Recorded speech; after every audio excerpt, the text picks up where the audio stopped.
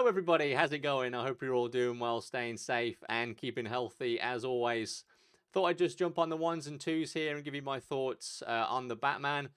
We've done a few trailer reactions and scene reactions here on the channel, so I thought I'd just jump on and tell you my thoughts on the film. I saw it yesterday. For a bit of context, I'm a huge Batman fan, so going into this, I was very excited to say the least, and everything I'd seen from the trailers, the promotional art, the cast, all had me very excited, and my expectations were very high. And I'm pleased to say that for the most part, my expectations were met. I thoroughly enjoyed the Batman. I think director Matt Reeves has crafted a really brutal, violent kind of neo-noir murder mystery at the heart of Gotham City, with a unhinged, broken, and almost animalistic Batman 2 years into his career at the center of it all.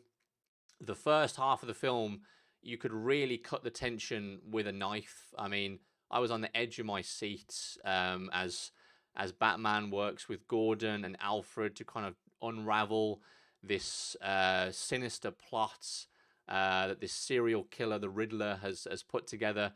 You go from one scene to the next without really being able to catch a breath. It's pace that kind of pace that well and that quickly, that you almost feel like, man, nobody is safe in this world. Who's going to be the next victim? Who's the next target? They always seem to be one step behind the Riddler's plot and his scheme. And that was really my favorite part of the movie. It was great to see the world's greatest detective aspects of the character portrayed on the silver screen that we haven't really seen before. Obviously, we've got bits of it, in the Nolan movies and things like that, and various other, films and interpretations. But this movie is really a really a great kind of portrayal of that aspect of the character that I think gets overshadowed and stuff a lot of the time. It is a murder mystery fundamentally. It is full of twists and turns. Very similar to the likes of Seven, L.A. Confidential. It's that kind of level, that kind of brutality and violence, and all those kind of twists and turns. The carpet really gets pulled from under you. At numerous stages, it does some really interesting things with the canon. So yeah, huge props there from that department. But also, of course, this is a Batman movie, so there are some epic kind of Batman moments that you would expect to see. I think one of the great compliments I can give this film is that it's almost like a perfect marriage between the grounded kind of reality take that we saw with the beloved Nolan trilogy, but it also incorporates the kind of extravagant, over the top comic book moments that you expect, from watching a film about a guy dressed as a bat jumping off rooftops. Some of the scenes feel like they're stripped straight from the pages of a graphic novel. Like the Long Halloween or Batman Year One. From looking at Batman and Catwoman on top of a rooftop, overlooking Gotham City as the sun sets, to the Batmobile absolutely plowing it through a huge cloud of fire during an epic chase sequence, to Batman walking down a corridor, eating bullets, being briefly illuminated by the shots and the flares of terrified goons. Those kind of moments that you expect to see from a Batman film, the iconic kind of scenes and imagery and stuff, it's all there. The cinematography is beautiful. The action sequences are absolutely fantastic. If anybody's a fan of the famous and I think beloved warehouse scene in Batman v Superman, take what you want from that film, but I think universally that whole Batman warehouse scene fight sequence was universally praised across the board. I think the fight sequences and action set pieces in this are very similar to that, which I think is a huge compliment. The kind of choreography and things with Batman in particular, I mean, it's so brutal and barbaric. You can really tell that he's unrefined, and he's just really like predatory, which I think is a really interesting take and kind of awesome to see on screen. The chase sequence with the Batmobile is one of the best kind of Batmobile sequences I think I've seen on film. Yeah, I saw it in IMAX as well, and you really feel the kind of visceral nature of that Batmobile. You know, from the thrusters to him drifting around corners. Really felt like I was being like hit by the waves and stuff almost of him chasing after Penguin from what we saw in the trailers and things. So yeah, really, really great action sequences all round. Some really iconic kind of Batman moments that feel like they've been stripped straight from a graphic novel, which is a huge, huge compliment, I think. Um, and yeah, the whole thing is really helped along by like some incredible performances. The cast in this across the board is absolutely like spectacular, really, really stellar. I owe a massive apology to Robert Pattinson. I was one of those people. I'll hold my hands up very, shamefully, and say I was one of those people that was incredibly judgmental when he was cast as the Caped Crusader. And I need to eat my words because he's earned his place amongst the best that have done it. He looks great in the costume. The costume itself is really, really fantastic. Again, it feels like it's just been put together, stitched together. Very. It's not fully fledged. It looks very fractured and things like that. It's almost very, very year one. This is ground level, fundamental. Batman in his career. Yeah, Patterson looks great in the costume. He's got great chin. His voice is fantastic. He has the look and the stare. He carries himself really well in the costume. In every single scene that he's in, you really feel his presence. And whoever in the production crew, the team behind this film, whoever made the choice to have his footprints audible, a fantastic choice. I thought that was incredibly menacing. Like when the shots of like a dark corridor, either outside, and you just hear the huge thuds of his footsteps as he emerges out of the shadows. So awesome. Like really, really menacing and threatening almost. Yeah, just a very, very small thing there that I think pays off really, really well. I was a huge, huge fan of that. And yeah, moving away from Patterson, I think he plays Batman really well, but he also plays Bruce Wayne really well as well. Touching on Bruce Wayne briefly, this is a really, really different take on Bruce Wayne that we've seen before. We expect playboy billionaire with two girls on his arm, landing in a helicopter to a party, very eccentric, very charismatic.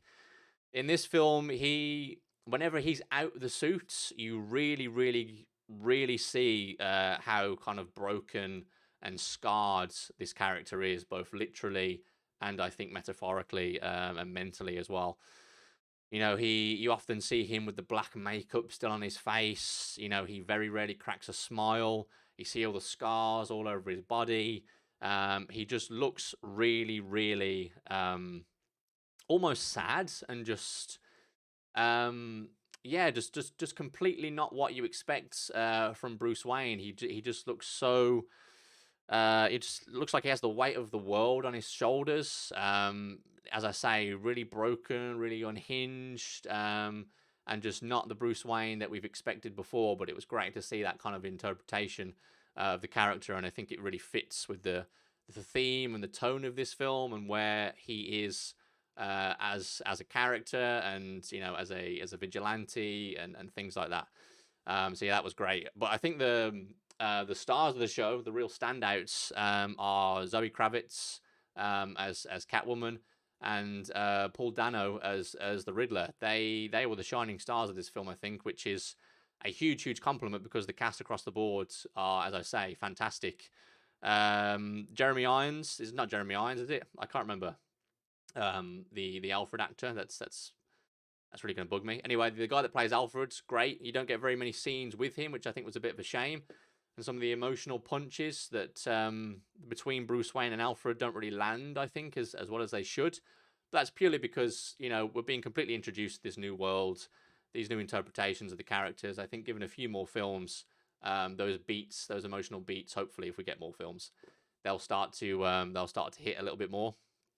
But yeah, he was great nonetheless. Colin Farrell as the Penguin was absolutely superb. I mean, the prosthetics and the makeup and things that they've managed to do there with Farrell and the Penguin, absolutely incredible. Really can't tell it's him whatsoever. I think he plays the part really, really well. Probably one of the best portrayals of Penguin we've seen on screen. And yeah, the James Gordon was great. Everybody in the film was fantastic. But as I say, the two standouts are Kravitz and Dano. I think Zoe Kravitz absolutely nails the essence of Selena Kyle. You really kind of you really feel for why she's doing what she's doing. You're totally behind her motivations and things like that. She really captures the essence of Selena Kyle really well. She's sexy, she can handle herself, but you also kind of are rooting for her in a way, given her motivations and stuff in the film that I won't go into to avoid spoilers. And yeah, and Dano is just really, really unnerving whenever he's on screen. Like it's so chilling and gut wrenching whenever he's on screen. He completely sucks the air out of the room. He steals any scene that he's in, especially during the sequences that you've seen in the trailers and stuff, where he's doing like a piece to camera on a phone, and you just hear him breathing really deeply down the mic. He really brings the phone up close to his face, and you can see the costume and the kind of bits of fabric that are tied around his mouth, in the mask sort of thing, with a few little breathing holes, which ties into his whole taping people up that we've seen in the trailers, his victims and things. Just a really, really stellar performance, I think, from him there for the Riddler. A really, really fantastic portrayal of that character. Different, again, in a way, but I think there's also some really like spine chilling um, kind of jokes and wittiness to the character that he kind of brings to it, that we know and what we expect from the Riddler and stuff. So a great kind of marriage and combination of those two aspects of the characters, I think. So yeah, cast absolutely fantastic. I'm just looking at my notes here. What else have I got? Other little bits worth mentioning. Yeah, we've mentioned the footsteps being audible, fantastic. The chase sequence is unbelievable. Choreography, amazing. I think my only criticisms of the film, which is why I'd give it like a 4 out of 5 on like a 5 point scale, is it starts to fall apart towards the end a little bit. It's definitely too long. It's like 2 hours 50 minutes. I really think they could have shaved about 20 minutes off it, to be honest. It doesn't feel like it's 3 hours long. You really start to feel like it's been going on for a while towards the end, which is when I think it starts to fall apart a bit. Um, but yeah, the final third of the movie, where they kind of up the ante and they introduce this big city-wide kind of catastrophic event, is where I think it starts to kind of undo all the great work that it's done throughout the film. My favorite parts of the movie are, as I say, the 7 LA Confidential boots on the ground trying to figure out this serial killer's next move, being at these barbaric, like really twisted, gory murder scenes, trying to piece together his clues and stuff like that. All that sort of stuff was great. I think if they just honed and focused on that, rather than introducing this final hurrah, this big Hollywood set piece, citywide catastrophic event that kind of comes out of nowhere, really, is a bit of a shame. And I'd rather them have focused on the stuff in the first half of the film. And there are a few like really cheesy Hollywood moments. There's two in particular, and there's one right at the end of the film as well, which just left me with a bit of a sour taste in my mouth. Like it completely went against the tone and the world they were building. Like to have these almost like I shit you not, excuse my language. It's like driving off into the sunset type Hollywood stereotype. It's such a shame that they're in there. Like it just goes completely against the world and the tone and the vibe that they were going for. It just completely throws you off. I think those of you that have seen the film might know the particular moments I'm referring to. But yeah, those it was a shame to see them. And as I say, it starts to unravel towards the end. But by and large, um, it was a fantastic film, and they should have committed to one particular decision involving a key character. They should have stuck to their guns on that one, and I think that would have had a much bigger and more satisfying and emotional payoff. I think. Again, if you've seen the film, I don't want to spoil things here because I know my fiance is downstairs. And I don't want her to overhear any particular spoilers. But yeah, those of you that have seen the film might know hopefully what bit I'm referring to there. But yeah, those are my thoughts on the Batman. Very, very brief. By and large, absolutely adored the film. Really, really enjoyable. It's definitely worth seeing on the biggest screen that you can. If you like watching things in IMAX, go and see it because, oh, the score. Forgot to mention this, briefly mention the score by Michael Giano or something, is it? I'm probably butchering his surname. Absolutely fantastic.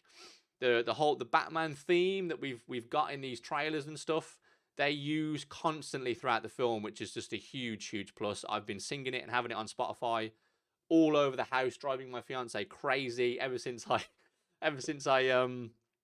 got back from seeing this film. Such an amazing Batman theme, so good. The Riddler and Catwoman have got their own themes as well. The score across the board, really good, really good. You know, up there with Hans Zimmer and the Dark Knight trilogy sort of stuff. Like really, it's gonna go down as like a really iconic Batman theme. I think it's that good. So yeah, by and large, absolutely fantastic film. A really great Batman movie. Great to see the world's greatest detective aspect of the character finally portrayed on screen. Amazing performances across the board. I love the kind of world and stuff they're building here. Love the tone. Love how visceral and brutal and violent it is. I love the unhinged kind of beastly take on Batman, and the new take on Bruce Wayne. Batman and Catwoman's relationship in the film is great. They have fantastic chemistry. The Riddler is a kind of spine chilling, really nerve wracking, brutal kind of villain and antagonist. Really great to see the Riddler, done well on screen. Yeah, Penguin was great. Gordon, fantastic. Really fills me with a lot of hope. With the kind of world they're building here. They haven't confirmed it yet, but I think this film's going to turn into a trilogy. I really hope it does, because if this first film is any indication of what's to come, then I think we're in a really good spot. Yeah, 4 out of 5. Fantastic film. Really enjoyed it. Loved it for the most part. It just starts to fall apart towards the end, and there's a few cheesy moments that I think don't do the film don't do the film justice. But yeah, let me know in the comments down below what you thought of the Batman. This is me kind of just rambling and talking about my thoughts and stuff. I hope you enjoyed it. Let me know what you give it down below out of 5. Let me know if you're going to see it a second time. I actually can't wait to go and see it a second time. And yeah, let me know your thoughts down below. Look after yourselves. Be good to each other. Enjoy the rest of your day. And yeah, I'll catch you in the next one. Take it easy.